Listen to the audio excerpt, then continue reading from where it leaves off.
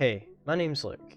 Made this channel when I was 9 because I wanted to be a Minecraft Let's Player, hence the name Eliminator 2000 before I rebranded to Buddy Games. I've been learning to make games for about 3 months now, and yeah, it's slow going, but even though it's hard work, it's a really rewarding hobby, and it lets me learn key skills that I want to learn for the future, and become a real indie dev one day. A wee while ago I was captivated by the game dev YouTuber Good Goose, and after saying I would be too busy with my school and my own projects, against my better judgment, I joined the game jam, and it turned out to be worth it anyway. I had a lot of ideas, and while this might be the first jam that I've ever done, I'm proud of what I got done. Let's take a wee look. Approaching day 1, I excitedly went to the website itch.io to look at the jams page, and the theme was spring, because Firith are obsessed with their seasons and they do one for every season, and they kept us waiting until very late at night for me to release the optional mechanic, which was exponential growth, which really fits with the theme of spring. So obviously we all like, some of us did, some of us didn't. It was optional. I decided I wanted to interpret that in my own way, and I got to work. For the art, we were limited to a specific palette, which was a set of colours, but I didn't stick to it exactly. I did some extra shades. It ended up looking a lot better because of it, I think. It was this really weird palette, but I think the sprites ended up quite well. To start off, I used the project manager Favreau to create a board where I can manage all of the parts of my project and set deadlines for myself and let people see what I'm up to. I can use timelines, I can use like a kind of spreadsheet format or whatever. It's a bit like Trello. Some Notcode devs originally used Trello but moved to Favreau, and it really just helped me for the first while keep everything in order till I really got in a Then the next logical step was to create the project for the game.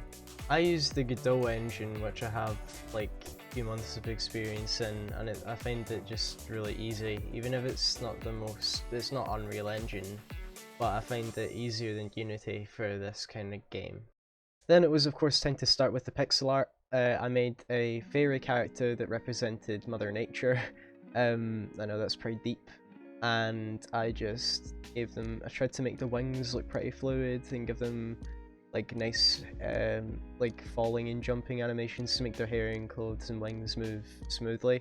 I'm pretty like impressed because like this is the first time I've ever made art for a game, so like fully. I've made art before, but this is the first time it's ever been like exclusively art by me, so it's a big achievement for me, and I think it turned out well.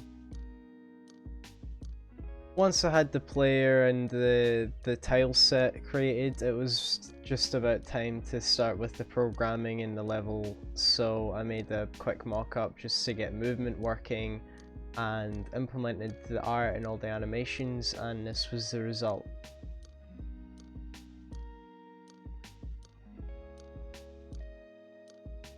I made some further changes later down the line, like improving the detail on the tile sets and making the player slower and jump less high, because as you can see there, it's a little ridiculous. The game obviously needed enemies, and the way I wanted to make the optional mechanic work is that the enemies grew really fast exponentially, and that you were kind of placing like a lot of pressure to kill the enemies quickly before they became too big for you. I suggested this idea on the Discord, and Good Goose's brother Crepe, as he pronounces it, but I'd say Crepe, absolutely loved it. Seems to be a big fan of mushrooms, probably because of Mario. But so now, thanks Crepe, you were the main inspiration between for the mushroom men. As you can see here, we have a pause system and our little mushroom man, a red one that will constantly grow every few seconds, so you're kind of placed in a time limit to kill him. And same as like any old platform, where you have to do like stomp on their head to kill them, and if they walk into you then you die. I telegraph their attack with a little exclamation mark in their animation. I think it works quite well.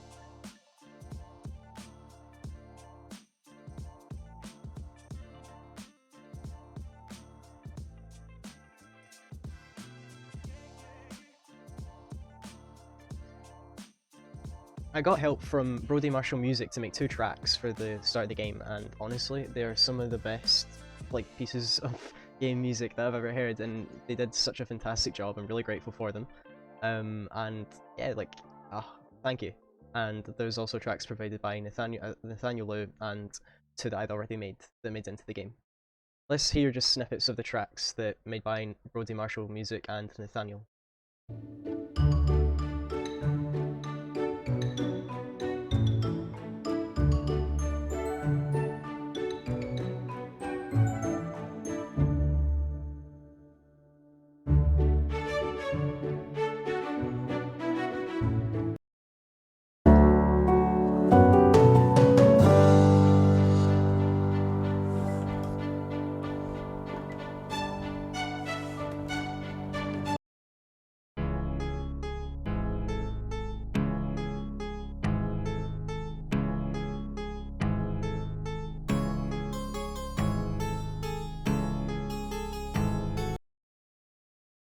So yeah, some pretty great and pretty creepy stuff. Adds both the Brodies are just like really happy, but then Nathaniel just comes up with this like nightmare horror piece. I also got some help from Voids to create a cutscene for the game, which just goes over the backstory, and it's pretty funny, and it's really well made as well. So credits to Voids.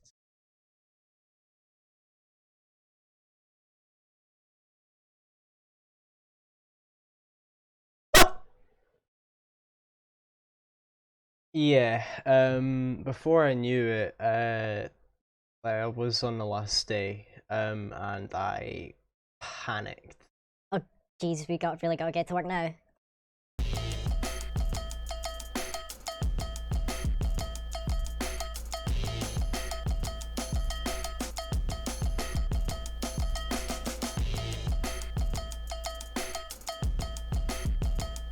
By this point, I was working so fast out of sheer panic that I managed to complete the entire Purple Mushroom character completely within the time limit of Jesus of Suburbia by Green Day. That's how you can really tell, because I did the entire recoloring in under 9 minutes.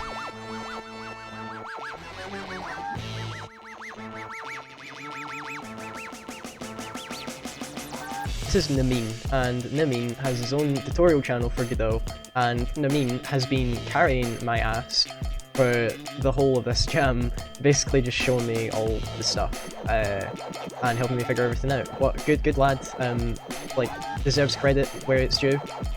Make sure to check out the videos.